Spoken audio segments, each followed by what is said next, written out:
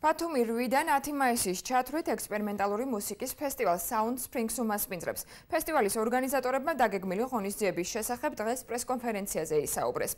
ფესტივალის დამფუძნებლის ლეონ ხუჯაძის განცხადებით, წელს ფესტივალის ფარგლებში ჩატარდება ვორქშოპები და საჯარო ლექციები.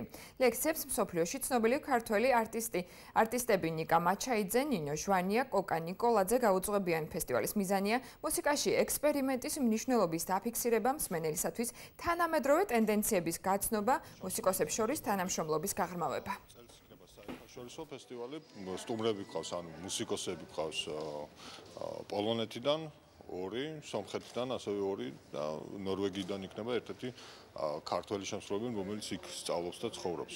ფესტივალი არის 3დღიანი, მიზანი არის ამ ექსპერიმენტის მნიშვნელობის დაფიქსირება, ანუ რომ ხელოვნებაში, ასევე ისე როგორც მუსიკაში, ძალიან დიდი მნიშვნელობა აქვს, როცა პროცესს მიდის, ანუ ექსპერიმენტირებს არტისტი ან ხელოვანი.